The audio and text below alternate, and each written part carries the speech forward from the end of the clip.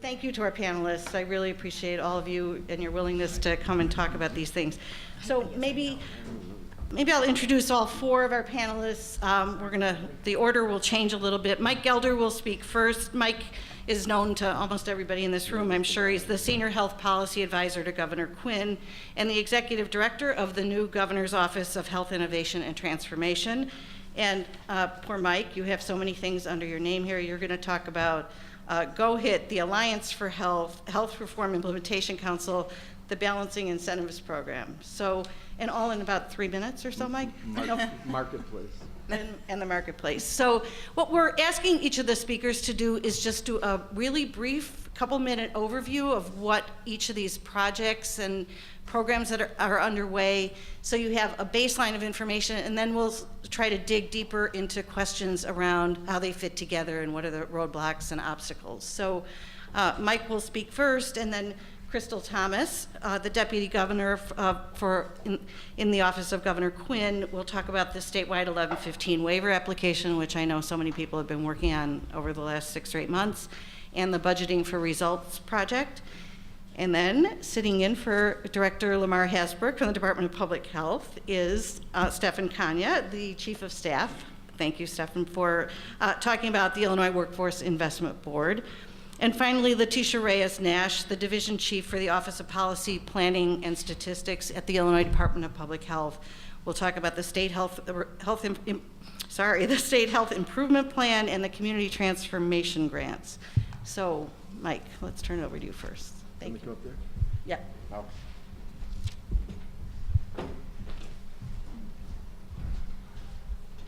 Great. Well, thank you, Margie. It's a pleasure to have this opportunity to address this illustrious audience that you've assembled here. This is where, and I do know many of you, and for those of you I don't, I should, because you are collectively how the work gets done.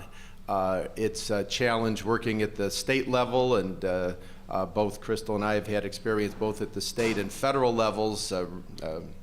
Rick Wilk is here from Region 5, and there may be other federal officials as well. That's kind of where the policy work starts. That's where the policies and laws, rules, regulations, policies develop. But the work that we need to get done is done by those of us from the private sector, those of us who are who are meeting with clients, those of us who are organizing, providing health care, those who represent the workers who deliver care, the unions who play a very essential role, all the various professions and paraprofessionals. And this only works, none of the policies, rules, regulations, laws work unless we collectively come together as a broad team to help the people for whom all those policies and rules are intended get the care that they need, make sure the workers are adequately compensated and organized in a way that will help achieve that. So Margie talked about the panel, how all this comes together, and I said, great, I'm anxious to hear that myself, because we spent a lot of time complaining about all the silos that are out there in the professional world, in the discipline world, especially in health professions, which are highly segmented. We complain about them in the ways in which the delivery systems have fragmented along funding streams. And then I think to an extent, we contribute to that problem by coming up with all these various acronyms, names, letters, combinations of all the letters of the alphabet that we've come up with to help move those policy and regulation goals forward. And we don't mean to be creating the problem, we want to be solving it. And so hopefully I think my 3 minutes are done, so I'm just sit down. So Crystal generously gave me the opportunity to go first so I could explain a little bit of the structure. So it's very important that you understand, and we really want you to understand, and of course this is an ongoing dialogue. Nothing that we're doing is written in stone. It's meant to be a fluid, dynamic situation that responds to the changing demographics and changing crises that we experience. But I think at this moment what you see is the that Illinois, I should say as well, is this is one approach.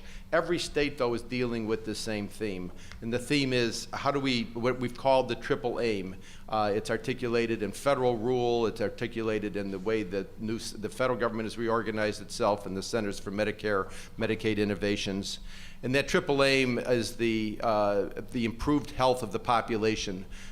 We can't do anything if we're not healthy, and we continue to pay exorbitant sums of money for helping us fix problems in our bodies and our minds that we tend to help create, and we know that public health messages dealing with large groups of people are very important, but we don't put the resources into those public health messages, in part because we have put so much of that money into medical care.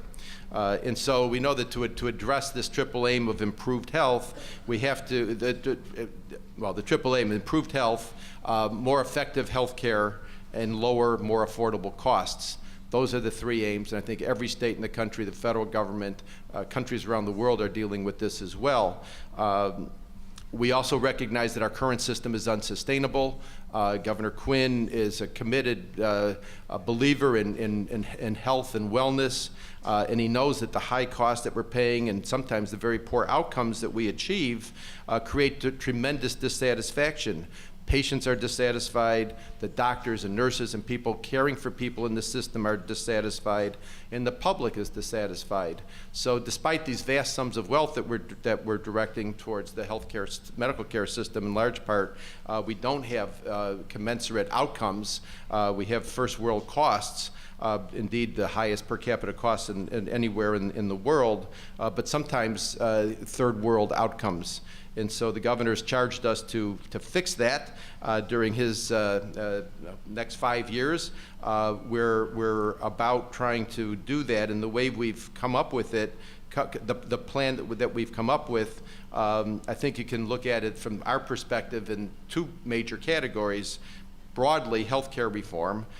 We want more people covered with insurance. We need better healthcare delivery.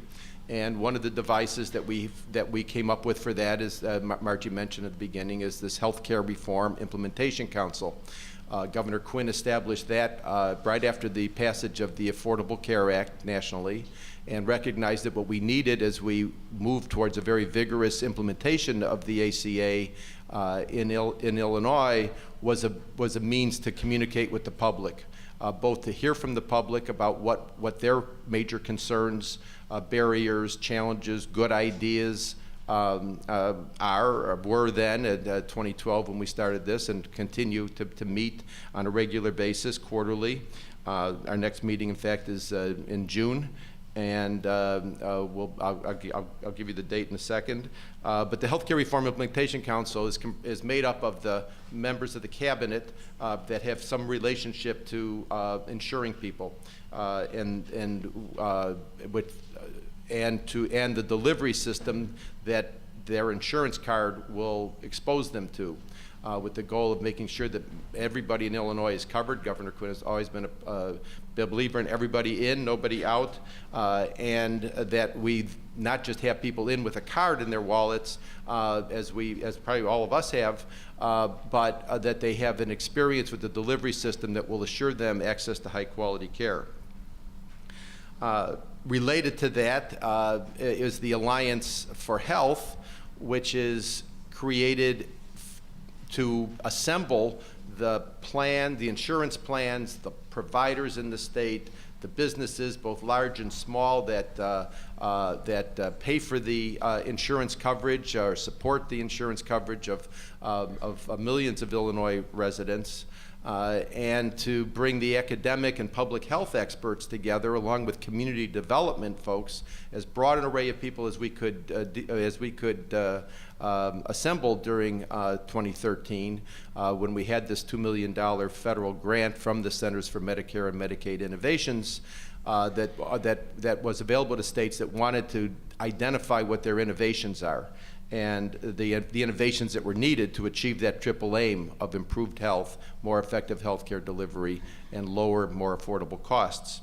And the Alliance for Health accomplished that. We had a 6-month time frame, so it wasn't to develop those innovations. And we have a very nice and fairly long, detailed report about both goals that we want to accomplish and how we plan to get there with the various innovations.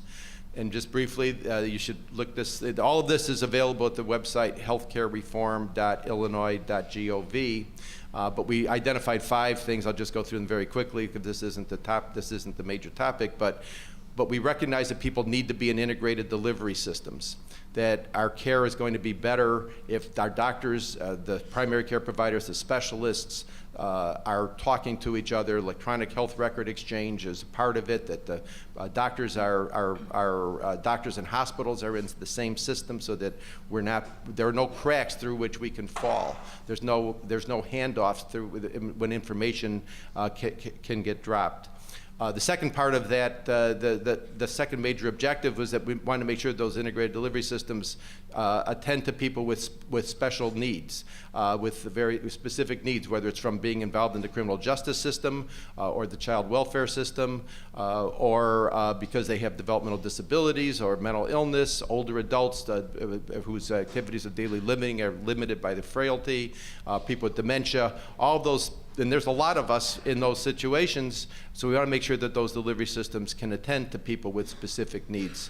Thirdly, we want to make sure that the public health message is out there, because we have to enhance that and integrate public health with the integrated delivery systems so that we can get the best synergy from our broad public health messages with our actual health care delivery. And there's some great models across the country where that's working. We want to adopt those. Fourthly, we want to address the workforce. We know that just putting a card in somebody's pocket and sending them out into the healthcare field is not going to work if they're in certain areas of the inner city or rural areas of Illinois or our small towns where there are counties without any professional. There are 6 counties in Illinois without a psychiatrist. So we have to make sure that we have the appropriate workforce, both at the professional end as well as at the paraprofessional end. New categories of workers like community health workers that can be the glue between the doctor telling somebody they've got diabetes and a health worker coming from a community who may speak the language, understand the culture, has the trust of the community residents, and they can go into the home and say, let's see what's in your cabinet. How can we adjust your diet? What kind of recipes do you use? That's what a community health worker can do, translating what the doctor says or the nurse might say into practical ways of actually changing your life to live more productively with whatever chronic condition you might be diagnosed with. And then lastly, what role the state can play in this 5 list. We were asked to play a very strong leadership role, and to do that, the governor has created the Governor's Office of Health Innovation and Transformation, which is the vehicle through which we're organizing our state government so that we have the Department of Healthcare and Family Services, the Department of Human Services, Department on Aging, Department of Public Health, Department of Financial and Professional Regulation, Department of Insurance, Department of Children and Family Services, and a few more. But those are the key ones that are engaged in our work to make sure that we're working as one team, despite our various legislative mandates for each of those agencies. The Office of Health Innovation and Transformation is responsible for moving us ahead collectively towards the governor's goal of the improved health and more effective healthcare delivery and lower costs. And the specific responsibilities of, we elegantly call it GO-HIT. We've struggled mightily to come up with an acronym that that might be a little more descriptive of what we do, but in the end we ended up with we settled on the too many syllables of innovation and transformation, so that ends up being translated as GO-HIT in the bureaucracy. But the specific responsibilities of this new office is to implement those innovations that groups of providers and consumers and health insurance plans agreed to, and to keep those moving, And one of those very, very important recommendations was the reform of Illinois' Medicaid program. Along the same lines as the things that we've been talking about, but and the opportunity to do that, it was through the federal government's option under Section 1115 of the Social Security Act, which gives the Secretary of HHS the authority to grant states wide discretion in how they operate their Medicaid program, to some extent how it's funded. And we've undertaken that with a great deal of energy and courage, because when we're talking about changing something, a program as large as our Medicaid program, that means that different provider groups that are perhaps comfortable and have fought very hard for their current programs and rules and regulations will sit down with others and try to figure out how we can do that even better.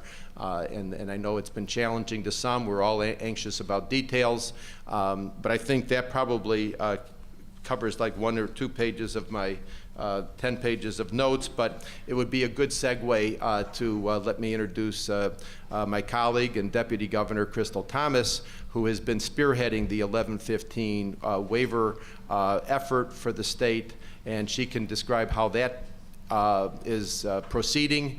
Some work groups that we just announced last week that we'll talk about some more during question and answers. But I just want to end by saying you deserve to know how all this fits together. So if it's not clear, you know, we're here. We'll do our best today to talk about how the public health message and how the administrative messages from the other agencies all fit together. And we need to continue working with you in this ongoing dialogue to make sure that it fits together in a way that's going to work for the providers and for the consumers and probably most importantly for the taxpayers of the state. So thank you, Margie, for assembling this, and I'll be happy to chime in during questions and answers if there are still some things that are that need more elaboration.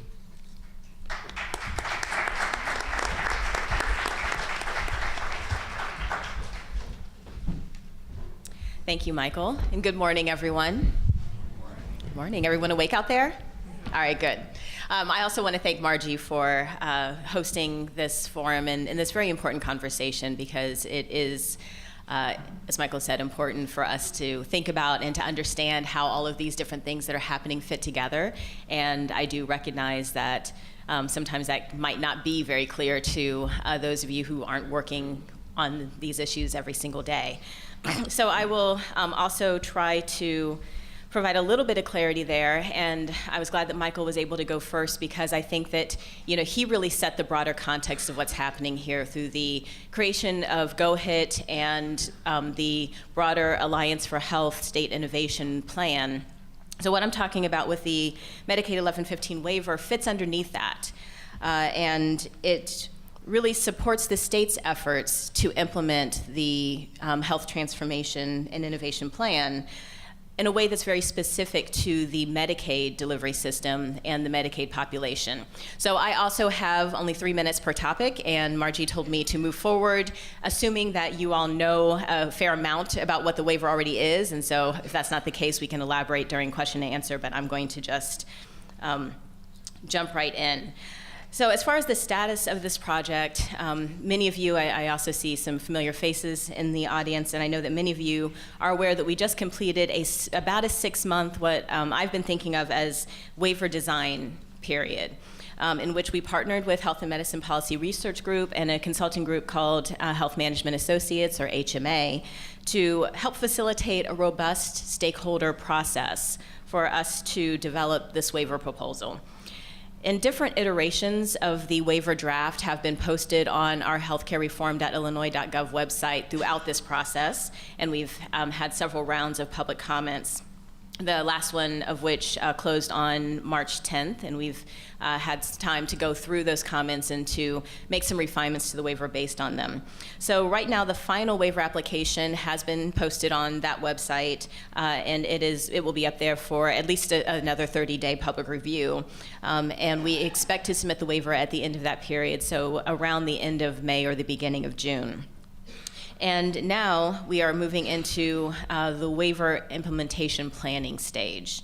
So the waiver application, it lays out the what.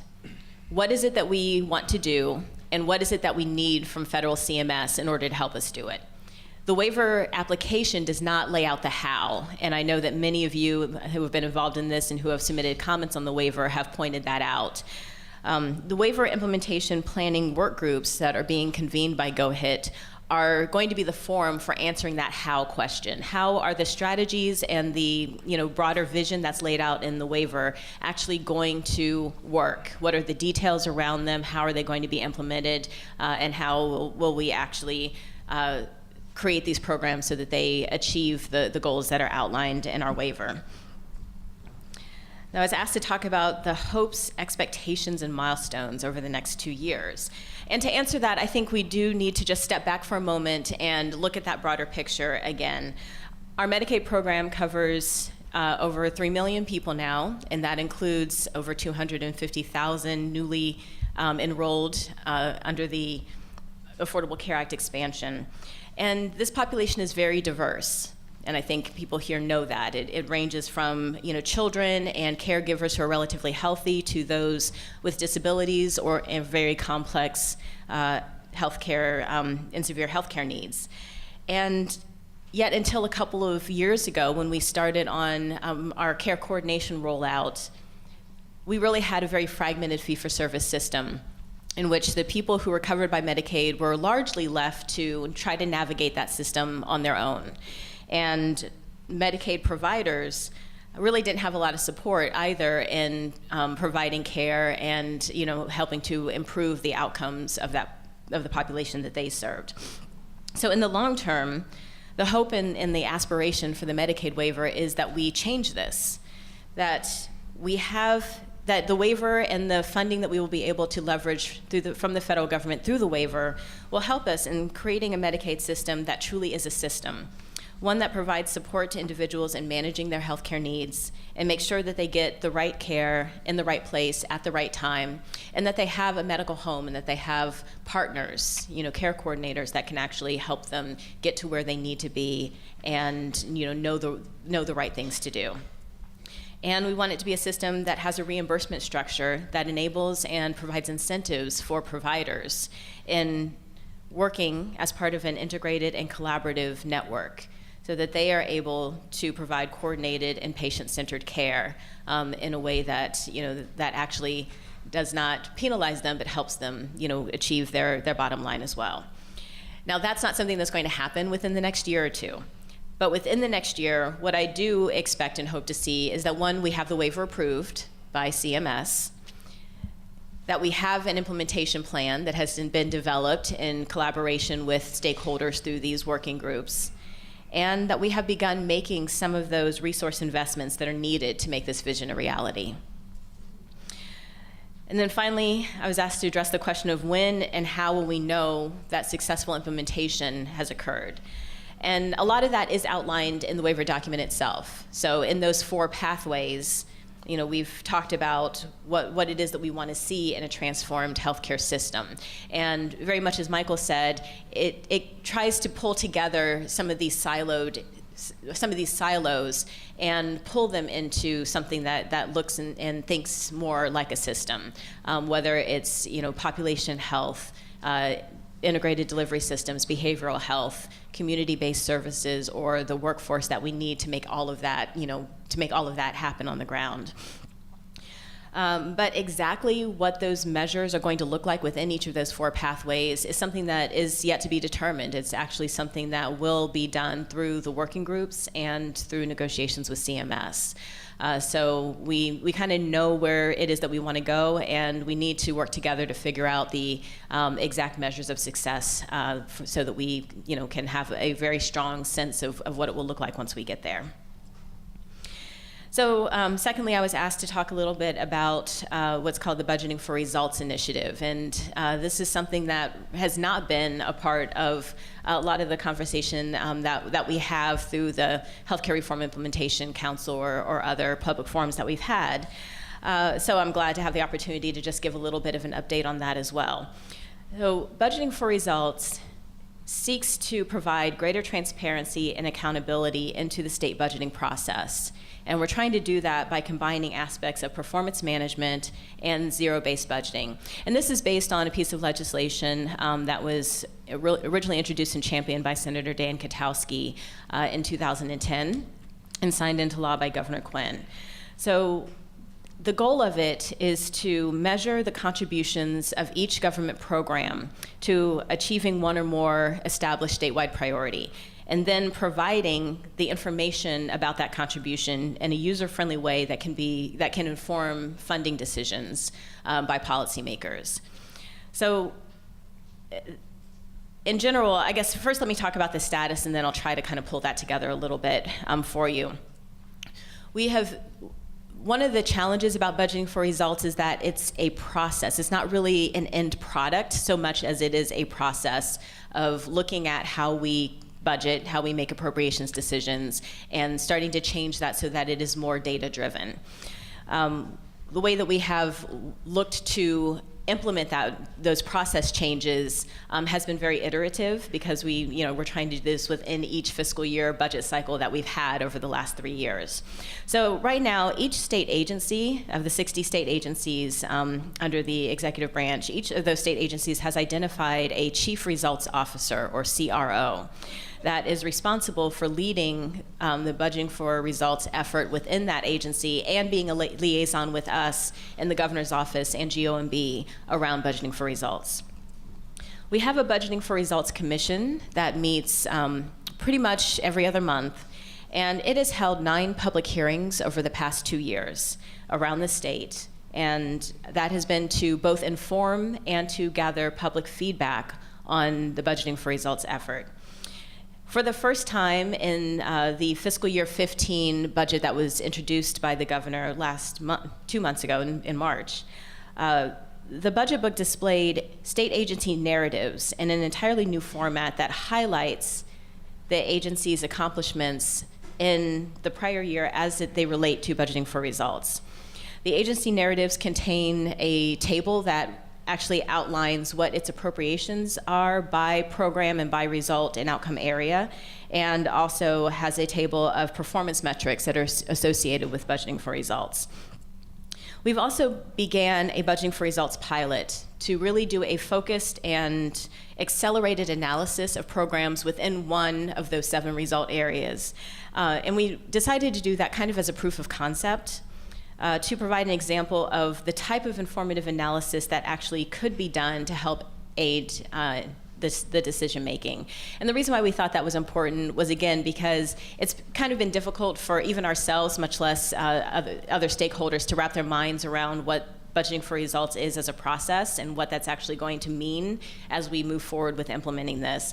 And so we thought that, one, doing this would help us, kind of be able to talk about this and think about it in a more concrete way. But secondly, because in a lot of ways we actually are creating the wheel in doing this. We're not recreating it, we're actually creating it, because nobody has actually done a true outcomes-based budget before. There are a lot of people who do performance management, and so we know what that is and we know what that can look like, but how to actually apply that in a budgeting context is something that's very new, and that makes it exciting, but that also means that there's no roadmap for us to follow. And so sometimes we're going down one road and we think that's going to take us somewhere, and then we realize it's not actually going to take us where we need to go, so we backtrack and we regroup, and then we have to try something else. And so the pilot is one way for us to do that and to figure out what actually can be done and what actually is going to be most useful in building decision making or building data into decision making on budgets. So the pilot included 51 sample programs under the education result area. That was the area that was chosen. And those 51 programs span multiple state agencies. And the pilot really identified several challenges, as we expected, of things that we can do, to help inform us about refining this process. And so, based on those lessons learned, phase 2 has begun, and we're hoping that that we can drill down a little bit more specifically on what the outcomes are that we're using, a better way for us to group programs together, more similar programs together to aid in doing a more meaningful comparison across them. But it's kind of difficult in education if your outcome is quality education and school readiness. And some programs do that by actually providing direct services to students, such as aftercare programs or tutoring. And another program might do that by looking at school infrastructure, because kids can't learn if they're in a school building that's falling down. But how do you compare those two programs against each other? They're both very important to the overall outcome of education and school readiness, but you really need to have a way of lumping more similar programs together in order to do that in a meaningful way. So over the next year or two, we plan to host another 2 or 3 public hearings over this summer. The dates have not been finalized yet, but they should be announced soon. We will work to refine those outcomes and measures. So as I just said, we recognize that under each of our 9 outcomes, we probably need to develop some sub-outcomes that are more descriptive of the types of programs that feed into each of those statewide goals. And we want to develop a mechanism to visually display the analyses that we're doing on each of these programs in a way that's accessible and understandable. I think any of you that are familiar with data, you know that we have a lot of it. It's easy to get a lot of it, and it's easy to very quickly become overwhelmed and kind of drown in all of the data that you might have. And that can include, you have process metrics, and you have input metrics and output metrics, and not all of them are actually outcomes, but all of them tend to be very important in knowing how a program is working and kind of measuring steps along the way. For Budgeting for Results, what we want to do is try to just drill down to what are some of those key measures that can be most informative. The people who run the programs kind of need to have the full picture, but those of us who aren't living in those programs every day, we just need a few key measures to let us know how the government is doing and spending taxpayer dollars. And it's sifting through that and figuring that out as part of the process that we're going through now and will be over the summer. And we're playing around with tools such as scorecards, program scorecards that might help us visually present that information. And we're also working on a public website for Budgeting for Results. We have a website now. It's on the GOMB website. I will let you know that it's not particularly informative or user-friendly at this point, but that's something that we're working on. And we're looking at StateStat as a model, if anyone's familiar with the state of Maryland and what they use for their performance management website. That's something that we're looking to build over the next year or two. And then we also want to identify what else needs to be tracked. So we know we have a lot of data on our programs. Some of it is very informative for our purposes and very useful. A lot of it isn't. A lot of it is, doesn't actually get to outcomes. So we want to see what else. We want to define what else it is that we want to track, and then figure out, if we're not already getting to that information, how we can best do it in a way that minimizes the burden of collecting that additional information. So when and how will we know that successful implementation has occurred? And again, right now, unfortunately, I can't stand here and tell you that. It's difficult to say because of that very fact that there's no roadmap. No one's done this before. Illinois is the first to really focus on results-based budgeting in a meaningful way. And so we're still just kind of working with some partners. We've got some thought partners, pulled together that are very excited about seeing Illinois do this and figuring out what that can look like, but we're not there yet. I do want to just kind of, for purposes of clarity maybe, just try to say a little bit about what it's not. Budgeting for Results is not performance management. We're not trying to measure everything. We have over 400 programs identified in state government, and so if we were trying to kind of have 5 or 6 measures for every single government program, that would very quickly become completely overwhelming. What we're trying to do is to identify, as I said, those things that are most critical to funding decisions. And then the idea is that once we build accountability around those things, each state agency is going to have the incentive to start tracking and measuring the things about their programs that feed up into the things that we're actually measuring at this higher level. So that's where the accountability and the transparency can get built in. And, we can begin, really changing that culture around funding and around program management or performance management by focusing on things in the budgeting process, and then filtering down to say, okay, well, here's the needle that we're trying to move. What are the activities and programs that feed up into that needle? And then the agencies are going to be paying more attention to that, and they within their own organizations can be tracking all of the other measures down at that programmatic level. So with that, again, I will turn the mic over to my colleague Stefan Kanya at DPH, and I want to thank you for the opportunity to be here today, and I'm sure we will have a lot of robust discussion when we get to questions and answers.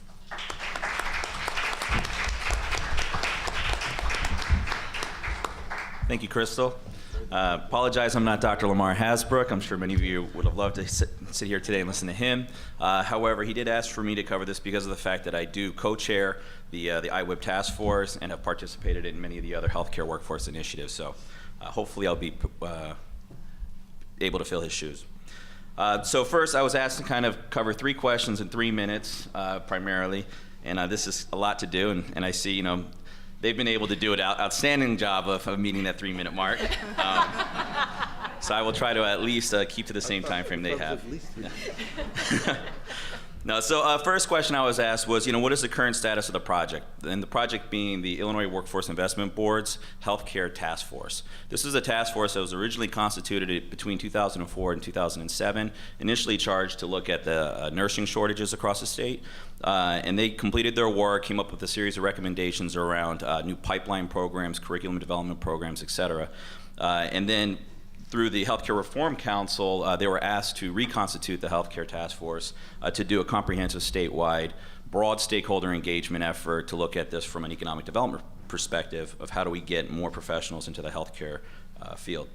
So this was reconstituted last June. The Iowa board did vote to reconstitute it. They began meeting in June, and they're, like I said, they were charged to kind of continue and build upon the work of the Healthcare Reform Council's work group on workforce with much broader stakeholder engagement. And what I mean by that is they've had about 70 individual participants so far, representing over 50 organizations throughout the state. To date, we've had 4 full task force meetings held with 5 working groups established, and each of those working groups were scheduled to meet a minimum of 3 times. I'm going to mention briefly what those were. Working group 1 was the effects and changes in healthcare delivery on occupational demand. Working group 2 is looking at scope of practice issues. Working group 3 is frontline paraprofessionals and the emergence of new fields within those, much like community health workers. Working group 4 is looking at interprofessional education and practice. And working group 5, which has just begun to meet, is looking at regional strategies to address workforce shortages. So the initial work of this task force is about 75% completed.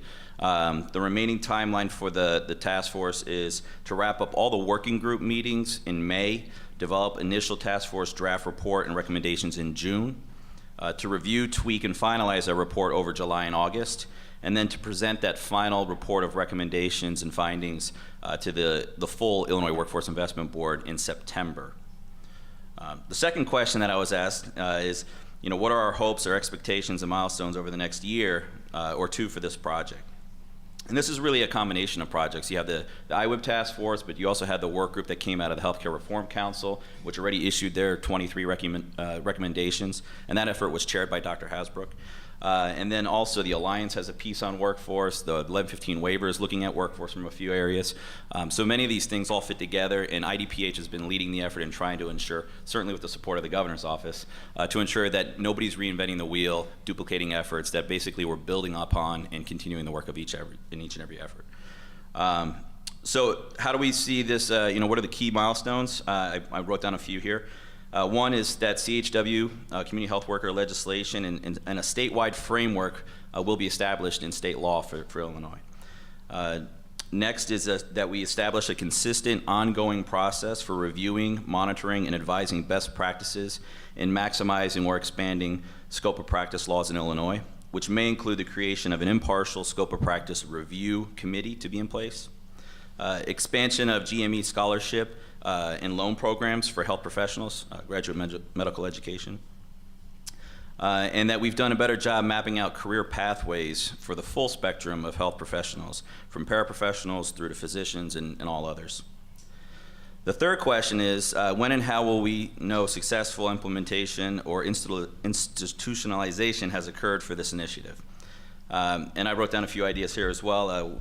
First being when the number of health professional shortage areas across the state, or HPAs, and the vast disparities that occur within those are decreasing in a sustaining fashion. Another one is when healthcare professionals of all levels, through more comprehensive interprofessional education and training, have a better understanding of the value that each member brings to the care coordinating team and fully takes advantage of all those diverse skills and abilities. And finally, when those who have historically not participated in primary preventative care are able to easily navigate and access quality care, which will hopefully be coordinated and centered around the patient's unique needs and challenges. So that's, I think, within the 3-minute frame or close to it, and be happy to answer any questions. So far. I didn't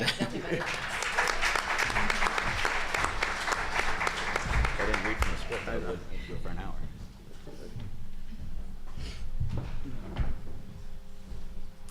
Good morning. I just have to say that it's a pleasure to be here today, and I think that it's really a testament to the governor's commitment and to public health that public health is here at the table today with the governor's leadership to talk about the importance of integrating public health into all of these initiatives. And I really, not just to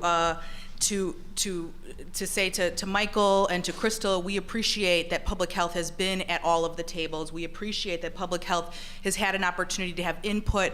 And I think that that leadership is extremely necessary for us to be able to move forward to truly integrate these clinical delivery changes and to be ready to accomplish the goal that we all have, which is improving the health of Illinoisans. I think at the end of the day, it's a real simple goal that we're all trying to accomplish, but we have lots of complex things that we have to do in order to achieve that.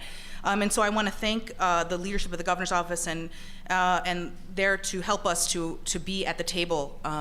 And so I want to talk about first the State Health Improvement Plan. I hope many of you are aware of what that is. It was a piece of legislation that was created to help bring together the planning process to create a framework for all communities around the state to be able to utilize to improve the health of communities. That planning group that was put together and appointed by the director published a report in 2010, and that report is available to review, but there's nothing shocking or remarkable that's in this report. I think all of us know that we have system priorities that we have to address, like assuring the workforce and addressing social determinants of health. We also know that there are priority health concerns that need to be addressed in our state, like obesity, increasing physical activity and having good nutrition, and also improving our natural and built environment and addressing violence. These are not, shocking and startling things that the SHIP provides. It really just puts on paper the key things that we know through looking at our local data, through I-plan processes, MAP processes, and also looking at national data to be able to say these are the priorities that our state needs to address in order to have optimal health for the people of Illinois. So we published this wonderful document with the department putting it out in 2010. And Richard Sewell here at UIC was part of the group that worked on publishing that document. He also was part of the group that created another piece of legislation which required the implementation of the SHIP. I think many of you in this room have been part of lots of planning processes. And in many of those planning processes, the plan goes right on the shelf after it's been published. And this piece of legislation really sought to take it a step further and say, look, we really need to implement something in order to improve the health of Illinoisans. And so then that created the Governor's SHIP Implementation Coordination Council. That council has about 40 plus members who are appointed by the governor, and they really represent a broad spectrum of partners, including many of our state health agencies, as well as the Department of Transportation, Illinois Department of Professional Regulation, lots of other departments. It also involves some private partners like Blue Cross Blue Shield. We also have lots of other community organizations that are represented on the Implementation Council. And the task for this council was to put together a plan to implement the State Health Improvement Plan. Just to note, Michael Gelder is a co-chair. He didn't have enough titles. He also is the co-chair of the State Health Improvement Plan with Pat Scow. And Pat Scow is with the Illinois Critical Access Network Hospitals. And they have been serving to help lead this group, and we created the first implementation plan, which was published in 2013. Now, all of this, we've been planning and talking for some time, and now we're in the next probably year and a half, the Implementation Council is really looking on delivering two things. One is we're going to approve metrics around the 14 priorities. And this has been a really challenging process because we have such a diverse group of stakeholders. But as we've talked to communities and we've talked to organizations across the state who are struggling to pull together community health needs assessments, FQHCs are doing planning, we have local health departments who are doing I-plans. There's all this planning that's going around the state, and we thought creating metrics around these priorities would really be a great tool for all of these communities to help be able to measure their ability to accomplish these giant goals that we have in the State Health Improvement Plan. Now, these metrics that we're creating, it's not rocket science. We're not out there trying to reinvent the wheel at all. We're looking at what already exists, what's out there, what are we measuring, what can we actually see some change over time. And so these metrics will be a great tool, I think, for communities around the state to be able to help align their work with the State Health Improvement Plan and to measure how they're doing. And so this has been an ongoing effort, but this is something I think will come out in the next couple of months. The second piece that we're working on is the 2014 Regional SHIP Summits. And these regional events will bring together local stakeholders to engage statewide leaders to learn more about the SHIP, the Alliance for Health, GoHIT. We want to get out into the communities and talk about what it is we're doing at the state level. And then in addition, we want to take it a step further, and we actually want to do something and deliver something to the communities. And so we'll be rolling out the metrics that we have created and approved by the SHIP, and we'll also be talking about how do you align your work locally. And as I've had discussions with our partners who will be part of the steering committee, and the steering committee will involve GoHIT, the Department of Public Health, SHIP members, also the Northern Illinois Public Health Consortium, the Illinois Public Health Association, the Illinois Association of Public Health Administrators. We're also looking for some private partners to bring to the table. Our local health departments are really interested in building relationships with payers and with others so that we can help to really change the health in communities and transform the health in our communities. And so we are looking at having these events in about September, October. But as we've had these, kind of cursory conversations with folks, we really realize that, we are, beyond just saying, okay, we want to plan together, we want to also implement together. And I think that's the part where, when we work through this steering committee, we're going to be able to define what can we deliver locally that could be a resource or tool to help communities to plan together and to kind of break down some of those local silos, and also to help them understand how they can align with the statewide efforts. And so we're really excited about launching these regional meetings and working to accomplish some really productive work between the next few months, and then really help to set a framework as we continue down the road of the implementation of the Affordable Care Act. So what are some hopes and expectations for the SHIP? I think we're really looking to actually provide a resource and tool to communities to strengthen their opportunities to be competitive for funding locally, and to also help them align with statewide efforts. In this time of limited resources and tremendous change, it's important that we work together to ensure that we are improving the health of communities. And we think that trying to engage not only government public health, but public health system partners, we have this unique opportunity now to engage clinical delivery systems through the implementation of the Affordable Care Act in a new way. And so we're really looking to strengthen the collaborations across sectors in order to ensure that we are effectively addressing many health issues, but specifically addressing social determinants of health. I think we're long beyond the time where we say, okay, go to the doctor and now you'll be healthier. We know that everybody's got skin in the game. Every single stakeholder has got to be involved, and we've got to be engaging in a meaningful way to transform the health of our communities. We have to acknowledge that the roads matter, that sidewalks matter, that access to fresh food matters, that having capacity within communities to organize matters, and being able to understand how they connect to what's happening at the state level matters. And so we really hope that these meetings will be one step in continuation of the dialogue of how we can work with communities all across the state to improve the health and accomplish that optimal goal of health for all in Illinois. So we are, how will we know that we're successful? I mean, health will improve in Illinois. I think that's really what we're looking to do.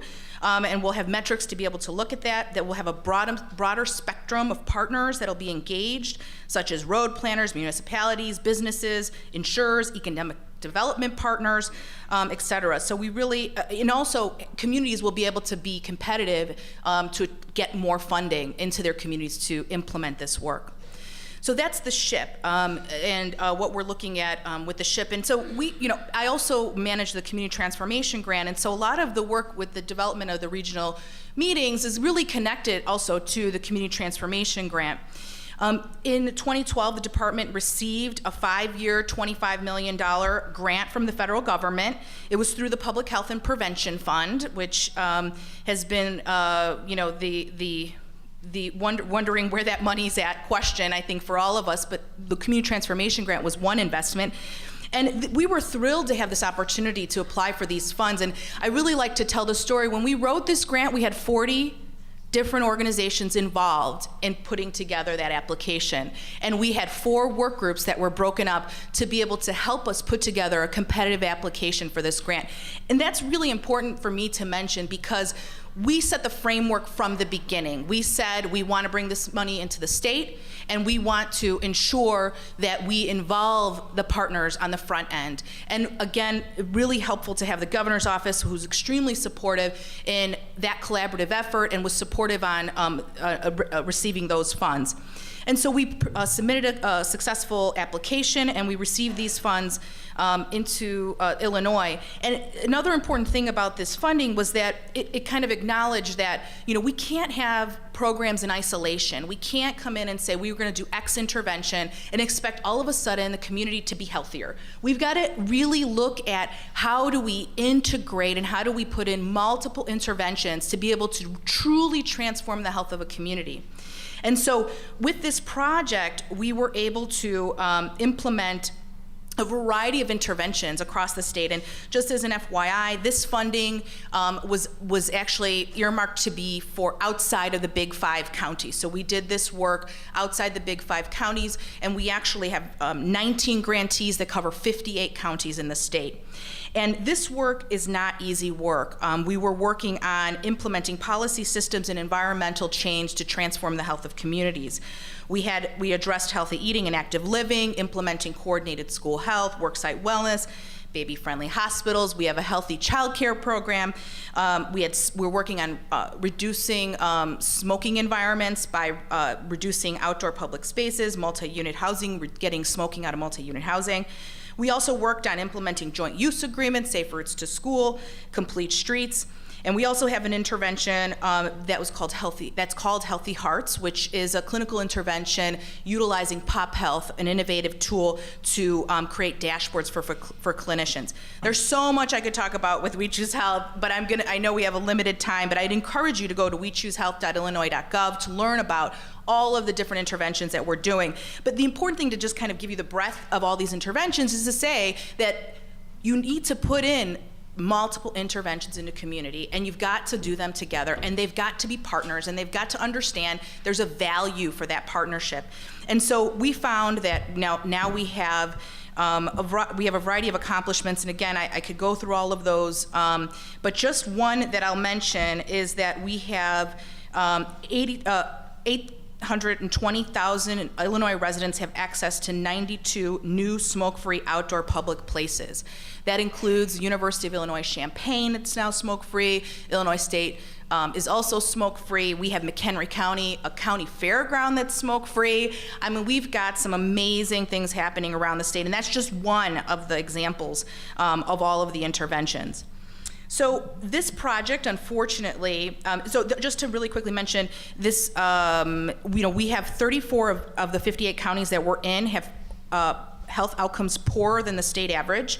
The median unemployment rate in these areas is 7.1, which is greater of the Illinois median, which is 6.6, and the median household income is $46,000, lower than the Illinois median. And I just mentioned that because, unfortunately, the feds have cut this funding.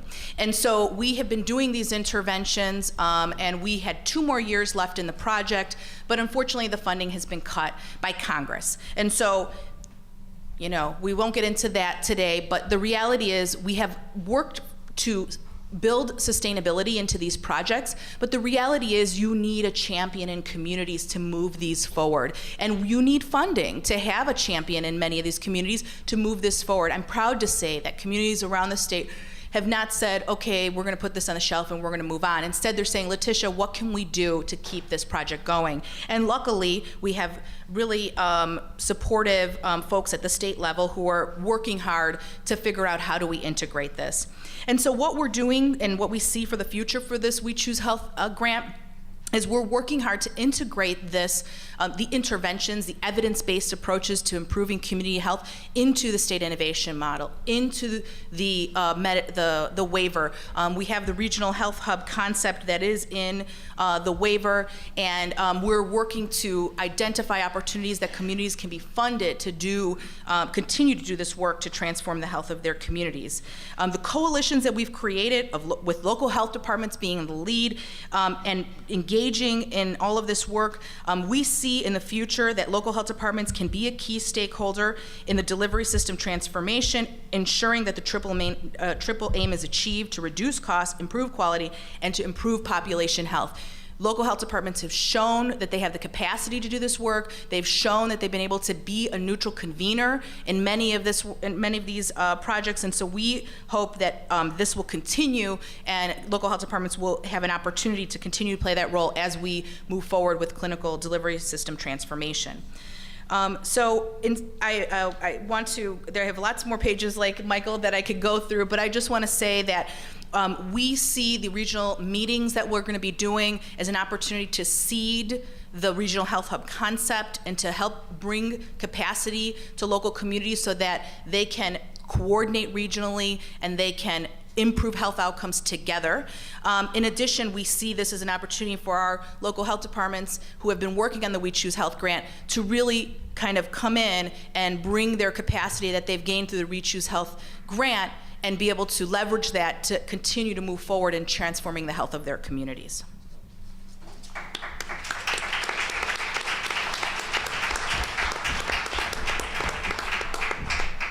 Good morning. I feel like we're in good hands. Let's give our panel another hand. My name is Richard Sewell, and I'm Associate Dean of the UIC School of Public Health for Community and Public Health Practice. And I'm also a member of the Board of Directors of Health and Medicine Policy Research Group. My strategic late arrival was a part of the planning of this session. It was designed to maintain the proper adrenaline level with Margie and Wesley Epplin and the rest of the staff. And you can see, as a byproduct of that, we're having a good conference. So thanks to Richard Sewell for arriving late. The panel has been remarkably compliant with Wesley Eplin's instructions, the questions and the points about all these initiatives that were designed to be covered. And I want to acknowledge him. Wesley, could you stand up? I want you to make sure you know who this guy is. Yeah.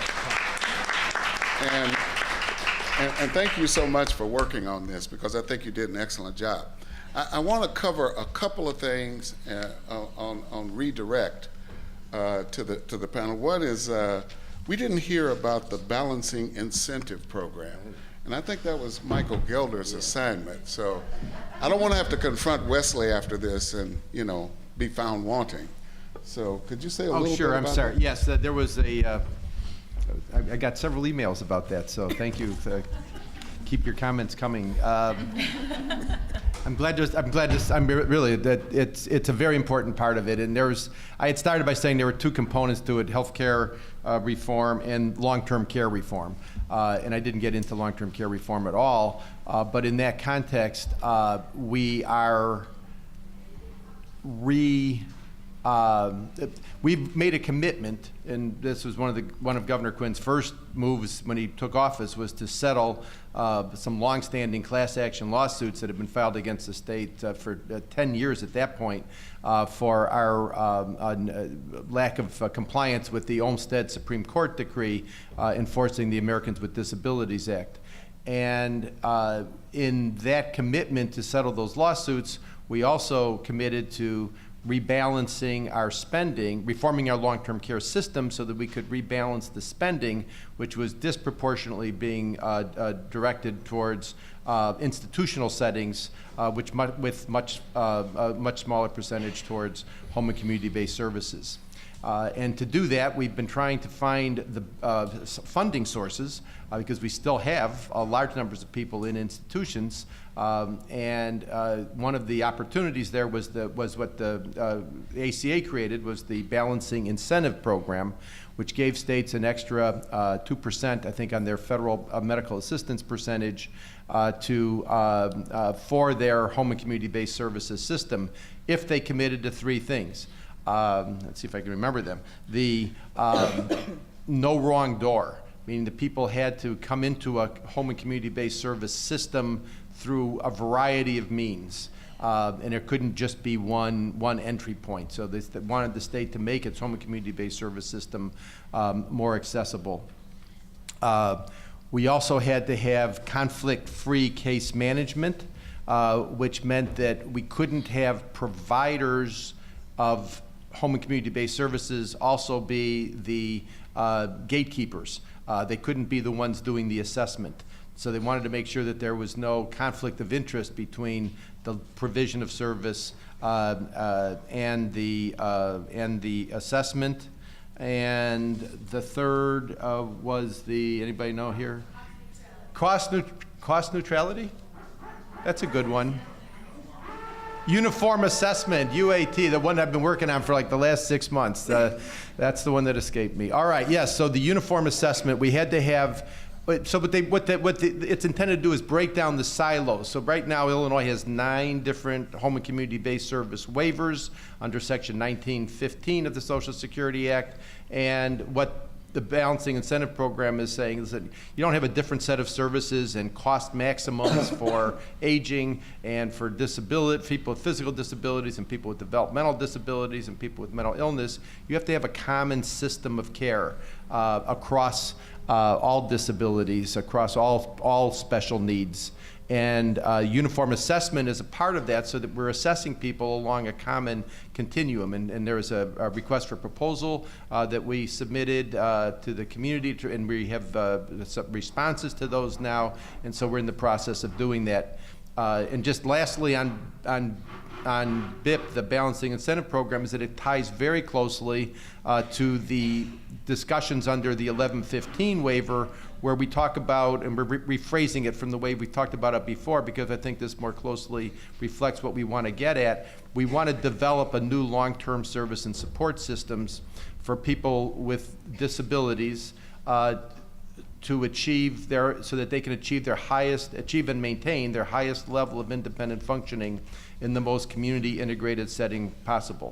So we capture in that commitment the requirements of the ADA, the Olmsted Supreme Court decision. We have money right now from the BIP, about $90 million that we anticipate getting from this extra 2% federal matching rate. And under the 1115 waiver, we can increase that substantially in our proposal for additional $100 million towards bringing all of the lower waivered groups up to a higher standard so that people really can achieve their highest level of functioning in the community rather than rely on nursing home care. So BIP is a very important initiative, and I appreciate calling to my attention the fact that I omitted it earlier. Thank you. We've also heard some of the targets for milestones for each of these initiatives down to Stephen Conyers speaking of September of 2014. That's very specific in terms of the Workforce Investment Board. But I guess I'd want to hear from the panel whether or not you could outline what the biggest barriers are to achieving what you're doing. I think, Letitia, you already mentioned the cuts in We Choose Health, but aside from that, what are some of the barriers that you're facing for achieving milestones in SHIP implementation and community transformation? I think we have a number of barriers, I think, that come up. I think for the community transformation grant, it's been I think we need to really do a good job of communicating the value of the work that we've been doing, and that's always been a barrier because as much as we've gotten $4.8 million to do this work, I think all of those who've been involved in implementing the community transformation grant, it takes a lot more time and resources to do this work. But I have to say that we have collected a number of personal stories on our website. We have done interviews. We're going to continue to share the impact of this work. And so I think that communicating the value of the project has been a challenge. But I do see an opportunity right now with the closure of the grant, and that's to broaden our partnerships and to bring in new folks. And in the last probably month, we've been connecting with a variety of partners we wouldn't normally connect with, trying to connect this work with the Communities Putting Prevention to Work project in the Chicago area that's been working. We're working to come up with the sustainability plan for this project, which I think at the end of the day will actually benefit the whole state because it'll create a roadmap for us in sustaining this project within all of the other pieces that are happening around the state. And so we're committed to doing that, and we will be working through that process now. So for the regional health hub, that's not the state health improvement plan, the challenges are always trying to ensure that the implementation council is taking on something that's different than the other initiatives. So for example, we have the Health Alliance, which is another group of folks that overlap. We really have to help define out what is it that we want to accomplish and how does that fit in with the other collaborative groups, because I'm sure many of you in the room do have partner fatigue at times, and that's something that I think occurs. And so we are working to really better define the role, and I think the regional meetings are helping us to address that partner fatigue, because the intention is for all of us at this table to really align and to communicate that alignment in a regional way. So I think we've got those barriers, but I think we have some solutions to those. All right. Stephen, barriers? So from the workforce perspective, there's a couple of barriers I wanted to point out. One is just in the actual planning process. It's always a challenge when you're looking at all the various levels of professions, the advocacy organizations that are involved, the employers, a lot of competing interests, and sometimes it's difficult to manage as a process, and just keeping everybody on the same page and kind of finding that common ground that we can all work towards implementing going forward. But on the implementation side of some of the recommendations that come out of these efforts, I think that some of the more significant challenges are going to be around this whole new transition of care from volume-based to team-based care, and getting at the institutional level, getting these institutions to change practice. So, you can have scope of practice laws that say one thing, but then we know that within these institutions, they don't always maximize the scope of practice, or they have a certain level of comfort, risk aversion, things like that, that they practice within those institutions. So I do think that the Affordable Care Act and other incentive models out there are now pushing, again, from volume-based to more value-based care, and that's going to start forcing the issue. Sure. From pushing it from volume-based care to value-based care. And that'll, the funding will drive change in some cases. Institutions want to make sure that they get their reimbursement and they get their payments. But it's still going to take some time, especially as it weeds out throughout the entire system. And then also, I'd say one other last challenge is just making sure that we keep a significant level of engagement at the community level in this entire planning process, making sure that we're hearing those voices. We have the broad representation from rural areas, from urban areas, you name it, but that we have a significant amount of community engagement throughout it. Thank you. Deputy Governor Thomas, barriers. Michael just whispered none. No. So I would say for the 1115 waiver, I think one of the, I don't know if I'll call it barriers, but definitely one of the challenges is that, now once we submit the waiver, we're going to be going into a negotiation period with federal CMS. And while we have taken great care to craft the waiver in a way that we think is very consistent with the triple aim and something that that CMS will be supportive of, that's still an unknown as far as how they're going to look at our requests. We are asking the federal government for a whole lot of money, and that always tends to get their attention. So so that's one of the challenges that we are facing moving forward is what's going to be the ultimate outcome of that negotiation. And then I would say the other challenge is a challenge that really applies to all of the things that we're doing, is that all of these things are happening all at once. So the conversation about how they all fit together is very critical, because they do, but it doesn't really change the fact that we are we're not tweaking one thing here and tweaking another thing there. We are talking about fundamental change across the spectrum of healthcare delivery in our healthcare system, and trying to change everything at once is really not a simple, not a simple prospect. So the way that we have envisioned this is a way that's very, a lot of this change is being driven and happening anyway.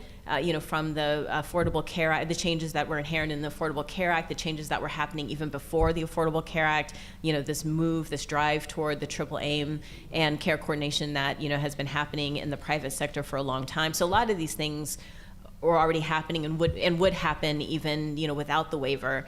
What the waiver is really envisioned to do is to help bring additional resources and an additional structure around, helping to support and to accelerate some of those things.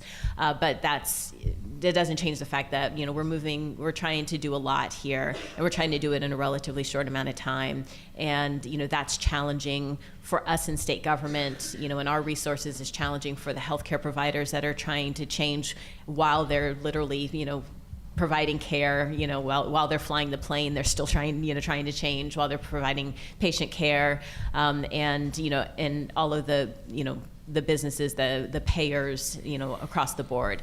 And then on, budgeting for results, just very quickly, I would say that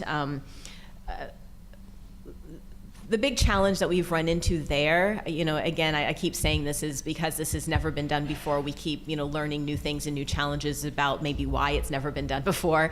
And that I'm not saying that, and I'm not saying that to say we shouldn't do it. I'm very excited about being a part of this initiative, but it really highlights the fact that when you think about performance management, we've got a lot to go on there. When we think about kind of changing that to an outcomes-based structure, it's not as easy as you might think to look at a program, to define what its ultimate outcome is supposed to be, and then to find the right things to measure to actually get to that outcome.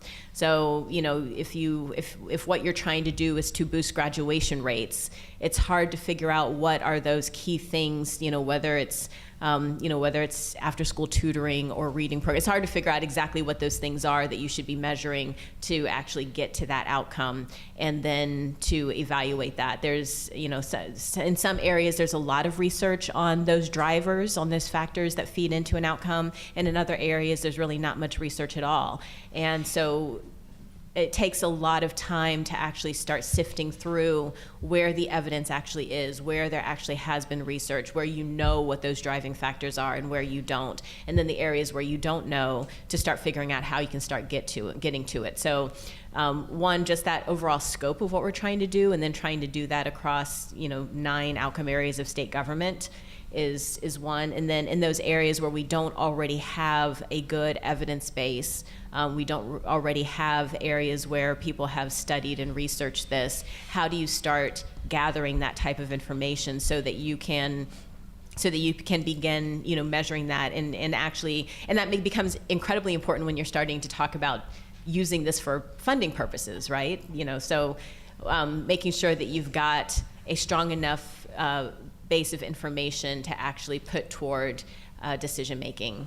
That's a challenge, and it's not going to be. This is not a quick fix kind of thing. At least I'm not looking for it to be. Some people are. I'm not looking for it to be. But what we want to continue to do is just continue to move that needle, to continue to at least start building this in where we have it, and to those programs and those areas where we actually know we have evidence, and start at least using the information that we have in those areas. But that means we're not going to be able to implement this uniformly at the same time across state government. There are other areas where we'll have to just start gathering data, and that's going to take money as well.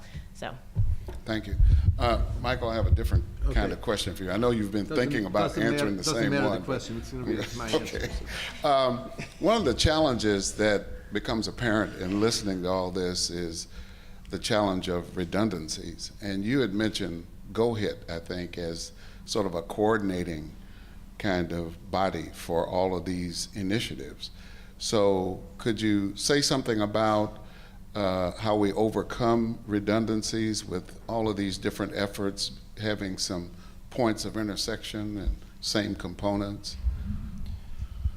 Yeah, I mean that's a huge challenge, and I think you use redundancy in a pejorative sense, like are we duplicating efforts? I also think we have to look at redundancy in terms of the fail-safe mechanisms. We need to assure that things happen, and we can't just have one program hoping that it accomplishes one objective. I think, as both Stefan and Letitia pointed out, we need a variety of messages from a variety of perspectives to help change our own behavior. I mean, all of us are healthcare consumers, and we all know how important all of these public health and behavior change and environmental concerns are. But we also notice that we're not always practitioners of what it is that we're preaching.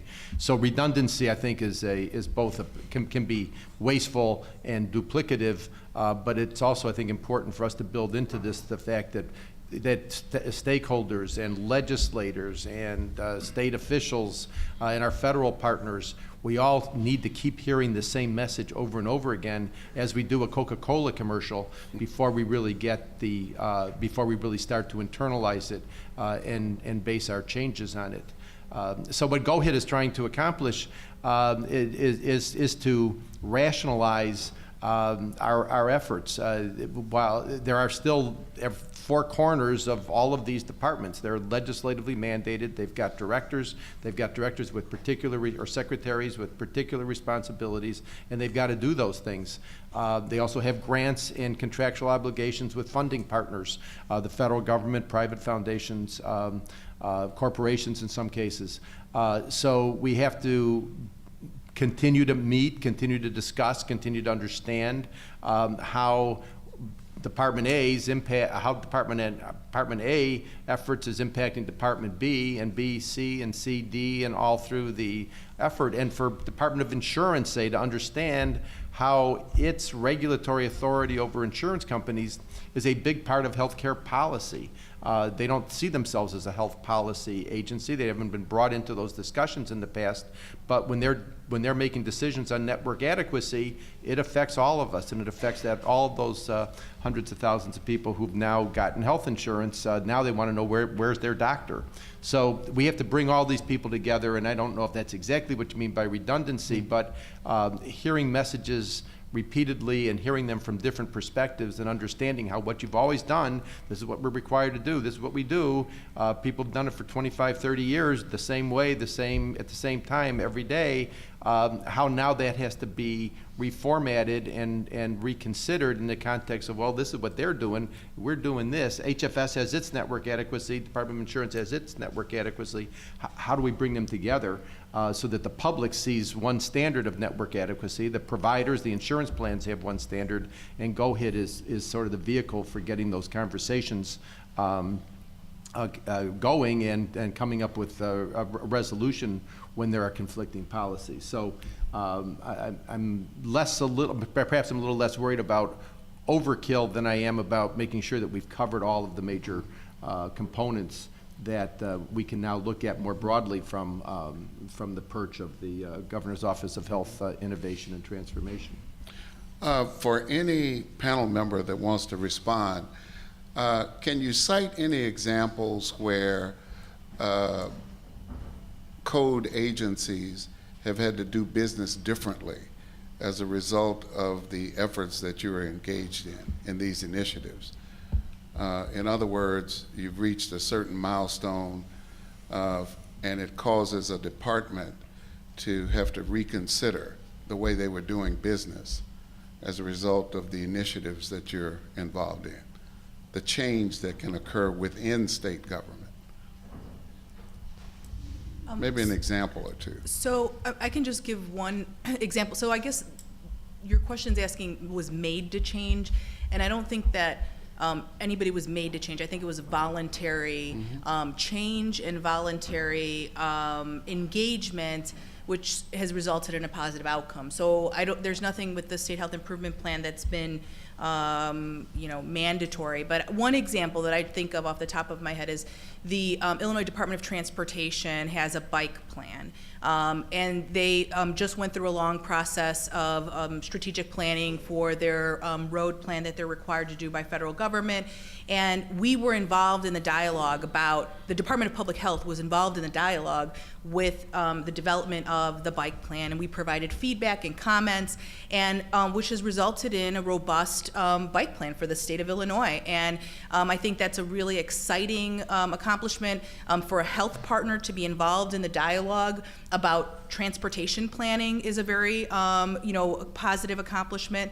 And so I think that's one result of collaboration in a voluntary way with the leadership of the governor's office. And the second example I would give would be the Healthy Child's Care program that we do. It's a training program to help educate early childhood providers on increasing nutrition and increasing physical activity in the early childhood setting. There are administrative rules that have been in process to support reduction of juice consumption and increasing physical activity in the early childhood setting. I think that's another example of an outcome that isn't directly related from you must do this, but saying, okay, nutrition and physical activity are important, and so we should make sure that our early childhood centers are providing that. And so that's another result of a department working through the process of administrative code change to be able to change those rules. And so that, hopefully those rules will be announced in the coming months. But that's another example of, work that has kind of come out of collaborative efforts. It's not directly related. I can't say it's because of me or because of one thing, but being able to say we're all focused on nutrition and obesity and having others align their work has resulted in that outcome. Any other panel? Yeah, Steph. So on the workforce piece again, and this is more change to come versus change that's already occurred. I mean, it's kind of beginning to occur. But traditionally, the Illinois Department of Public Health hasn't played a large role in healthcare workforce development. It's been largely treated as an economic development approach in the state, residing within the Department of Commerce. There are other states where the Public Health Department is uniquely involved and has a partnership with schools of public health and the Economic Development Agency, but they kind of lead the assessment and ongoing continual effort, not just a one-year task force or a limited time frame, but ongoing into perpetuity effort to assess workforce, to look at scope of practice bills and the like. And in the past year, there's been several recommendations that have forced the Department of Public Health to to play a larger leadership role. And actually, some of the recommendations currently in the CHW legislation that's proposed, there are some recommendations around having public health actually house an advisory board that looks at CHW curriculum development, and then also we're looking at scope of practice, kind of having an ongoing advisory committee that public health would be involved with. So that's kind of changing how we do business around workforce policy related to healthcare, the broader workforce healthcare. Thanks, Mike. So let me add another one about which some of you may have heard, and that is the whole effort towards care coordination and managed care that Department of Health Care and Family Services has spearheaded. But it's another example of how the governor's commitment to the health and wellness and care coordination resulted in completely changing this approach that we've had for decades of paying providers based on the volume of care that they provide rather than, as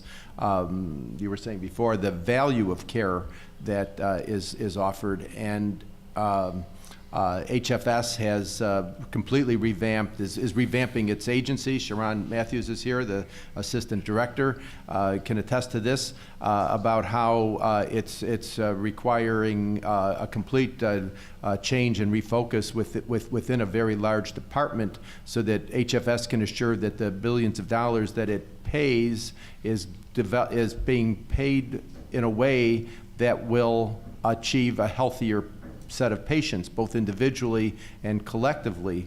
The 3 million people that Crystal mentioned that are served in the department through department programs collectively represent a substantial part of our population, and we want their health to be better, and paying for it in such a way as we can hold providers accountable for health outcomes is a huge change in a very important department.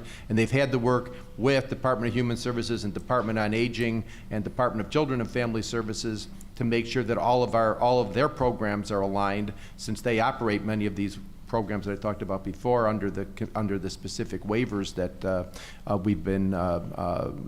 we've received over the last 20 or 30 years. So it's both brought the agencies together, and this effort has really forced on, Director Hamas came on to do this. So it wasn't forced on them, but it was a big change that required revamping the agency, and which is still underway. Yeah. Did you want to respond to that? Michael took mine. No, I also mentioned the budgeting for results, and so I talked about the chief results officers that are within each agency, but really, and because so much of budgeting for results at this point has been internal, a lot of people don't see this, but it's changed the budgeting process a lot, and that change is iterative, so we're not completely there yet. We'll be continuing to build on, but the way that each budget office reports information, we've developed a new performance reporting system within GOMB that each agency inputs their data into underneath each of those BFR outcomes, and how the budget officers and how the budget analysts at GOMB are interacting with the budget analysts within each agency to change that thinking around budget requests and budget narratives to be within that BFR framework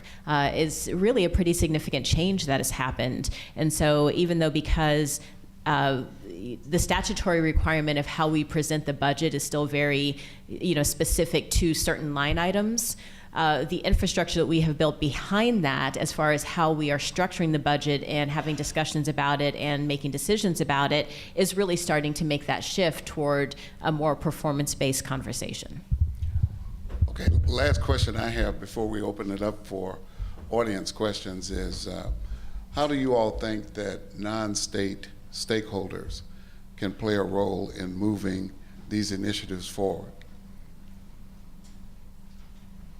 Well, yeah, we all.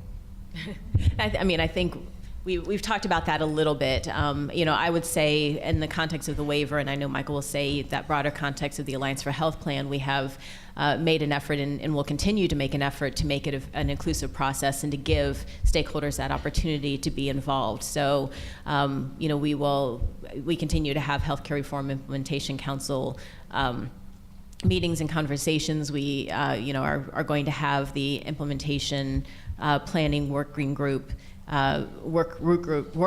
that will be convened, and many of those meetings will also be open and available to the public. There is a place on our website for interested parties to submit comments and feedback.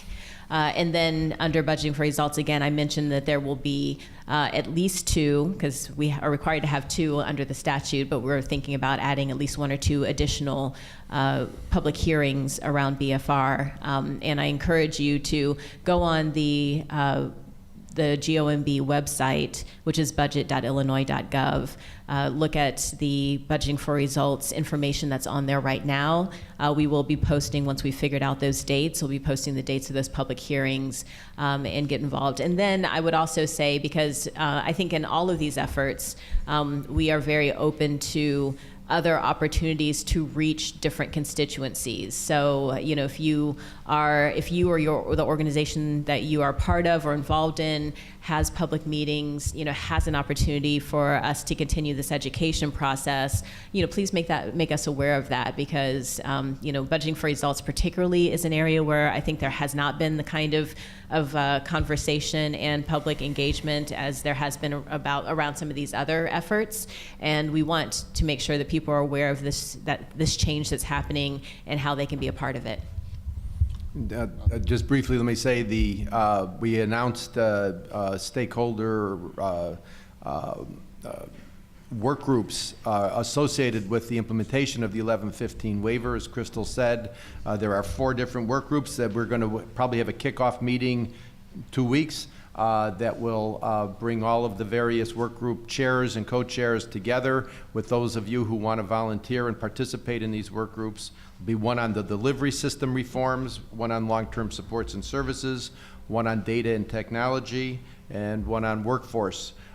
So those are the opportunities that you have immediately we expect that they'll start mid-May, by the end of the month after the kickoff meeting, and then they'll be meeting probably for the next 6 months or so. So through much of the rest of calendar year 2014.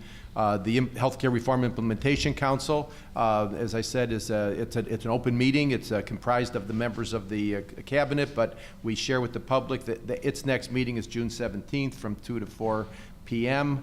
And with locations in both Chicago and Springfield. So you're invited to hear and share with us your thoughts at those meetings as well. But none of this happens without stakeholders. I mean, Illinois is not a state where the General Assembly sits around saying, what good ideas does the executive branch of government have for us today? They're very attentive to your concerns. They're attentive to the concerns of the people in their communities, and you influence a lot of those opinions. So without stakeholders, nothing is going to change. So this is all really about you and your comfort level and your ability to help influence and shape the state's programs as we move forward. But it's about shaping them as we move forward. It's less about how do we keep them the same way that they've always been. Let me just make an editorial comment, and then we can move on to the rest of the panel responding. But none of this happens if we don't maintain the income tax levels either. And so we're in the middle of a legislative session, and I hope everybody knows the grave situation we're in if we don't maintain the current income tax levels and the jeopardy that many of these wonderful programs that we're trying to institute will face if we don't maintain those. So I think my call to everybody today would be really active. Get in touch with your legislators and tell them how important it is to maintain these programs and the income tax. And so, other comments, just an editorial aside. Yeah, sure. I just wanted to say one other thing as far as engaging with stakeholders.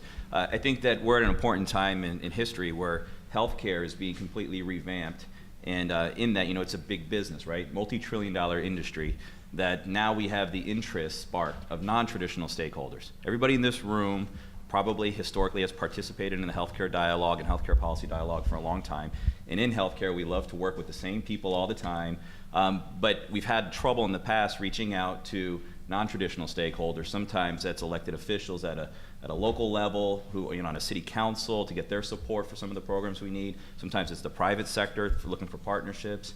Sometimes it's members of the community or individuals to manage their own health, right? Now we've got the attention. It's our obligation to stay informed, to educate each other about all the things that are going on. And then it's additionally our obligation to go out there and educate others and get the ones who are interested to participate, to bring them into the fold as well. Just wanted to mention, I think it was stated that most of these meetings are open meetings, so the State Health Improvement Plan Implementation Coordination Council, has open meetings, so, the public is welcome to attend those meetings. But really specifically, the regional meetings that we will be having around the state in probably September and October, we're going to have local planning committee meetings and local planning groups that will be working locally to plan these meetings.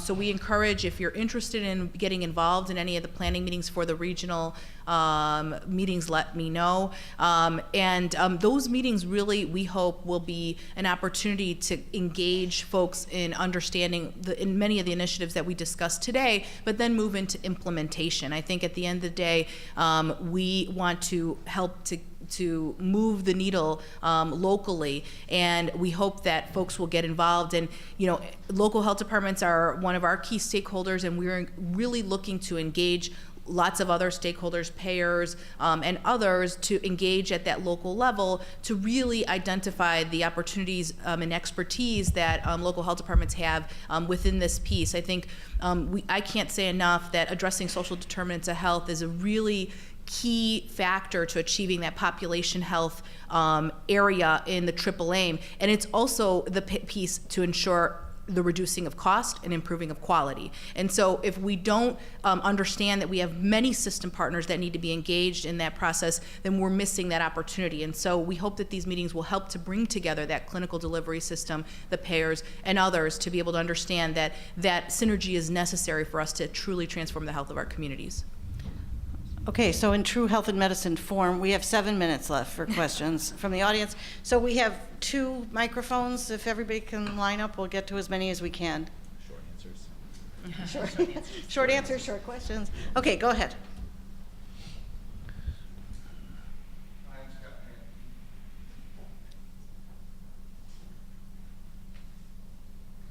Check. Okay. Hi, I'm Scott Vance with Chicago Adapt. That Mr. Gelder chose this moment to relieve us. Anywho, I am concerned. I applaud the BIB. BIB's awesome, 2% federal match, awesome. In pioneering mode, moving from institutional settings to in-home, excellent stuff. I'm concerned why the community first choice option is not part of this agenda, why a 6% federal match isn't something being discussed openly. I know that Chicago Adapt has been meeting with Mr. Gelder and others, members of the state. We have a meeting with Crystal Thomas on May 16th. But this is an important thing, 6% match. And for the state of Illinois, a year ago, to be the only state in the union to say no to this money, I mean, my God, Texas has said yes to this money. Illinois was the only state in the union to say no. Don't shake your head, Mr. Gelder. It's because you're wrong. I mean, there's 2 states in the country that have adopted community first choice. You know that we're very interested in doing it. The problem is that the rules around community first choice set by the federal government, over which we have no control, expand on a personal assistant model, which is great for certain people with disabilities. We adopted in Illinois. We have a very large program for people with physical disabilities, a large program for older adults. But the question is, if that model was expanded for people with mental illness, developmental disabilities, it is in conflict with best practice for caring for people with those conditions, and not necessarily what families who support those individuals are interested in. So what we're trying to do is figure out what should our long-term support and services program look like. How should we organize it, not just for individual disabilities, but overall for the whole state, because a lot of people have both mental illness and a developmental disability, or they're a physically disabled adult and they're old. So we don't have people fitting into those nice categories that we currently have. And if we can possibly make community first choice work, we would. We're interested in every penny we can get, but under the current rules of the federal program, it hasn't been clear either to the federal government with which we've been discussing this at federal CMS, nor to our state agencies that have to administer those programs, that we would actually have gain anything from that 6% federal match, given the additional cost that we might incur to comply with the federal rules. So we're still working on it. It's part of our program, but please don't mislead people into thinking that we're the only state that didn't do this. I'm not quite done, though. I'm sorry. I know we have a finite amount of time, but Mr. Gelder, regarding to the CSC, a year ago when we, and I'm going to continue on my path, that this is what happened, that when we, as Chicago, had pulled the state of Illinois from a no to a maybe, that you would hire independent researchers to determine whether or not this is effective. A lot of the language you just used is very similar to what we heard a year ago. We've not seen, and I don't know where the transparency in government is on this, but we've not seen the report from this independent contractor. So we don't know what the results are. And you're right, there are some of these rules and regulations that may or may not fit. The concern I have, and the clock is ticking, the 1115 waiver could trump that. And it seems like we're feeling like we're kind of getting steamrolled on this again. And that once the 1115 passes, which has its own positives and negatives potentially, depending on the language, that the CFC is going to become dust. So I'm sorry, Scott, we have as has been mentioned, we have a very limited time and other people wanting to ask questions. As you correctly pointed out, we have a meeting scheduled for May 16th where we're very happy to continue this conversation. And that we are committed to continuing that conversation. We do want to have a public dialogue about some of the concerns that have been raised that Michael just alluded to. And we will continue to see if this is something that could work in Illinois. All right, let's take a question over here. Hello, I'm Maureen Shackleton. I'm Vice Chairperson of the Illinois Center for Nursing, which is housed in the Illinois Department of Financial and Professional Regulation. I'm also President of the Illinois Nurses Foundation. Thank you very much to all the panelists for all the information you've imparted today. Letitia, you did a great job of talking about how your programs really impact the social determinants of health, which we all know are so important to achieving population health. My question is for Stefan Konya. Stefan, you mentioned scope of practice review committees, and when you responded to the question about barriers, you responded so articulately about some of the challenges. Being at the local level, we know the credentialing can be a barrier to implementing changes. We also see reimbursement issues as being a barrier. How do you see these scope of practice review committees helping to get around some of those barriers? And also the other question is, how would these review committees function vis-a-vis with like the licensing committees that are already in place through the Department of Professional Regulation? Thank you. So much of this is still yet to be determined, but I think the thought and what's been coming out of the work so far as a recommendation is that unlike nursing, where we do have an actual program that's doing an outstanding job looking at nursing practice in Illinois and looking at best practices outside of Illinois and how can that be incorporated, we don't have a sound, comprehensive process across all healthcare professions to look at how they interact and interplay with each other. So how does the scope of practice change within a physician's or within a nurse's? How does that impede upon or benefit each other's work and so forth? So the idea is to try to get together a committee that can look at these things in concert with each other. So when there are new scope of practice bills introduced, like we have dozens every legislative session introduced, that we can see what those impacts are not only within that individual profession, but across the whole spectrum of healthcare workforce. So it's more advisory and not Yes. really a super board. Oh, right, Yes, absolutely, yeah, please Absolutely. emphasize that, yeah, that it's advisory. It's just giving us a chance to deal with them in a collective nature, because the dentists that want to provide vaccines is looked at in legislative committees completely independently of our goal for how do we improve our immunization levels. And so if we can bring in the people who are concerned about their scope of practice with the public health experts and the others who are concerned broadly about how do we achieve our triple aim, I think we can have a more coherent discussion. Right, school health, yeah, there's just a host of things that are important. who can pass medications, who can do various home and community-based services, what kind of credentialing do they need. If we can look at that in a more comprehensive way, I think we can come up with better answers than we do now, bill by bill, in the General Assembly. Yeah. Unfortunately, we deal with the capacity issue at state agencies and within the governor's office at times to monitor all these bills out there. We're too often on our heels reacting and responding to things that get introduced at the last minute or in the middle of the session, and it's difficult to not only monitor and keep up and review these together on their own, but also to look at them comprehensively and continually. So they're trying to set up some way that we can be a little more proactive and then have this kind of looked at and share these best practices with government agencies like the FPR that do the licensure and so on. So, and there's many examples of this. So.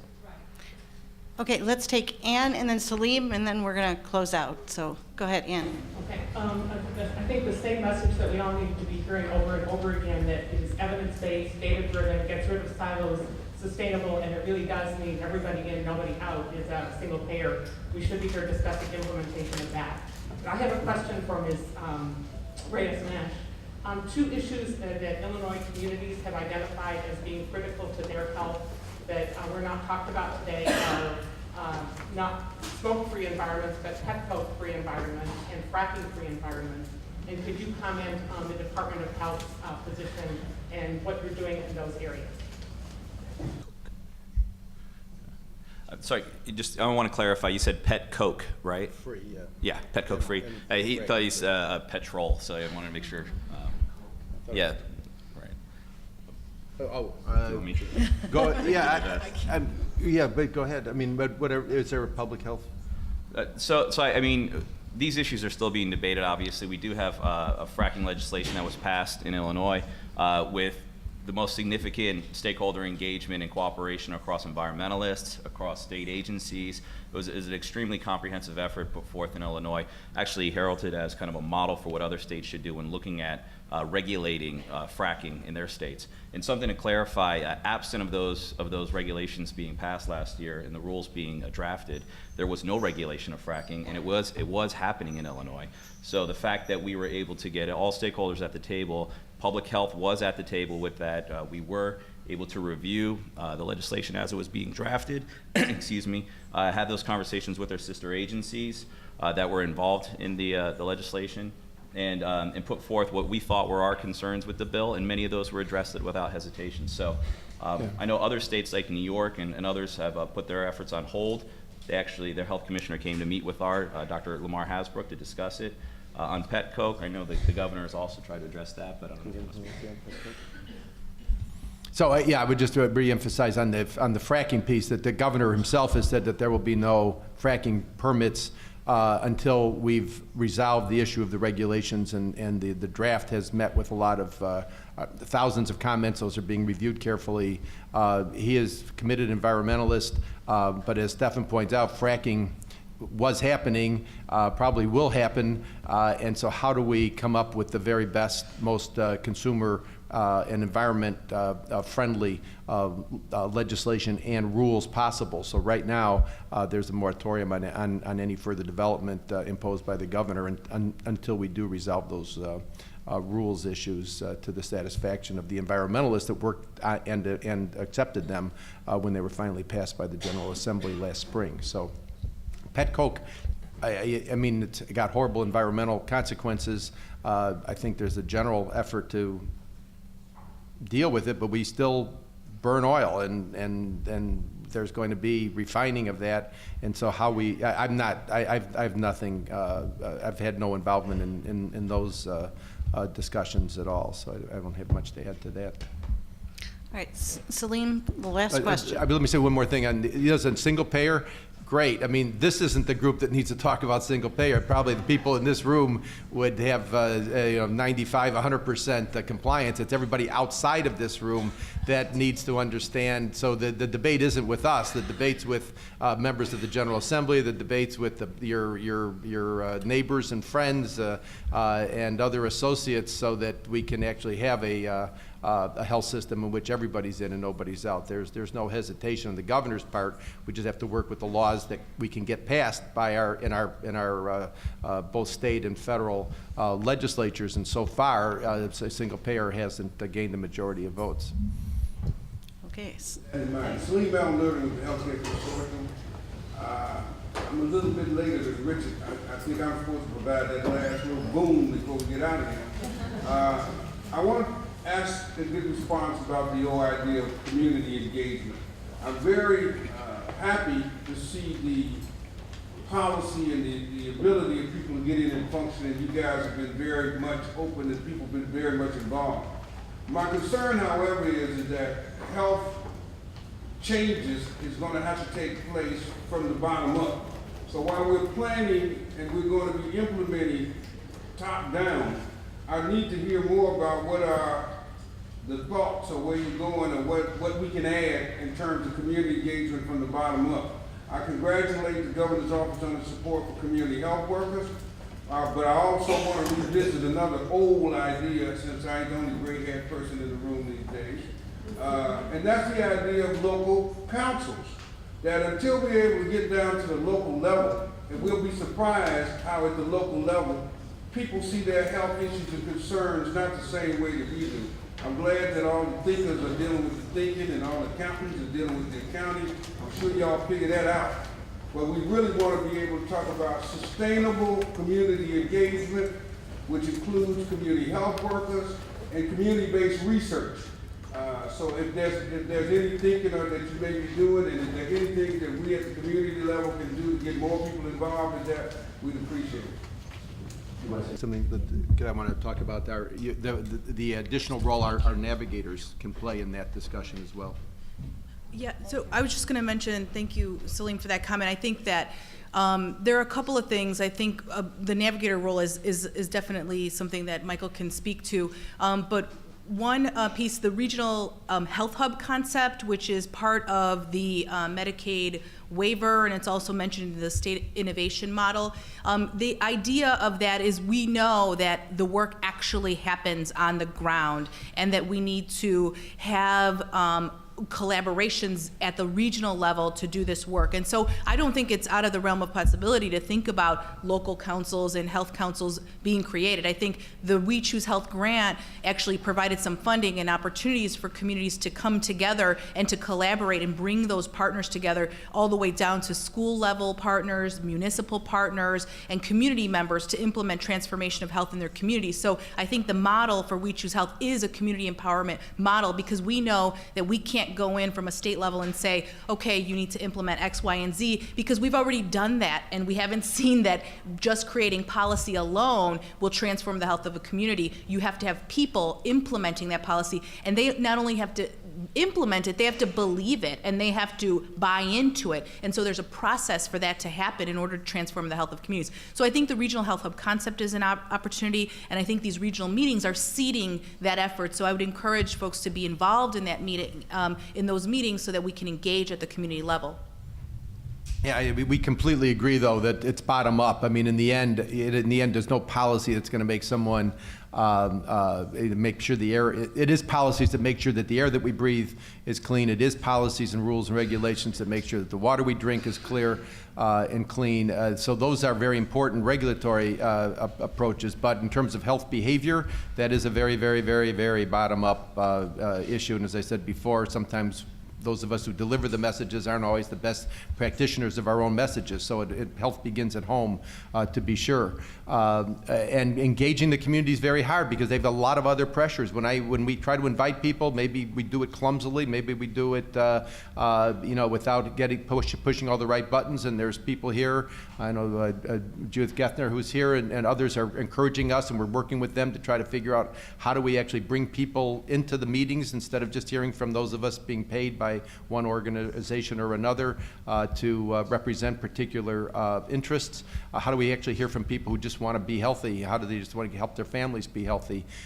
We need help with that. So if there are ways that buttons that we should be pushing that we're not, if councils, local councils like we've had on the west side and other areas, they haven't really caught on. If there's some work that public health can be doing to help support those, we're interested in doing that. It's certainly not a policy issue to which we're opposed by any means. But I would say that we've never had as many people out in the community as we've had now. We've had about 1,500 navigators, in-person counselors who've been out assisting people with their Affordable Care Act challenges of figuring out how to get onto the federal website and how to get the plan that best works for them and their families. But that's 1,500 really bodies that have a lot of energy, a lot of knowledge about the healthcare system that we've just added in the last 12 months. That's a huge resource, so we should all be thinking about how we can take advantage of them. There's going to be round 2, obviously, starting next fall, but in the meantime, some of those folks are there and interested in staying involved in healthcare. Some could move towards community health worker status, some could move towards home and community-based service providers, but they know the healthcare system quite broadly at this point, and I think we should be thinking about what role they can play before and during the next round of open enrollment. And if I can just The say final word. Sorry, just to say 2 things onto that, not trying to have the final word, but one is just building on what Michael said about the CHWs and the IPCs or navigators. There's a reason why the state is so supportive of CHW legislation and pushing it. You know, we know that the expansion of the field of community health workers and the solidifying of the work that they do and helping other employers understand the value they bring will be a key conduit between the community and all these efforts that are going on in a broader sense. So that's one point. The second point is I'd get beaten up if I didn't mention this, but we have nearly 100 local health departments throughout the state that do get involved with their I-planning process, looking at the needs of the community, working with the community, as well as now hospitals with community health needs assessments that they're going to be developing. And I mentioned a lot more people who traditionally haven't been involved in healthcare are interested in participating in some way. So I think there is a promise for the future of having that engagement at the community level through these efforts, and the local health departments will play a huge role in that. And every hospital, every community health center has to engage in their own community planning process to look at the needs assessment, to assess the needs in their communities. So that's another way that we could organize locally with their hospitals and with our health centers who have to do assessments. We want public health, and Mary's here to make sure the data are available collectively so that hospitals and health centers can use a common set of data about community needs. But hearing from the people in the community is high on everyone's list, and if we need to work together to come up with better ways, we're certainly interested in participating vigorously in that effort. So thanks, Salim, as always. And finally, I'll say again, none of this happens, though, unless we pass a budget that allows for these programs to move ahead. So please help with that. And join me in thanking this wonderful panel for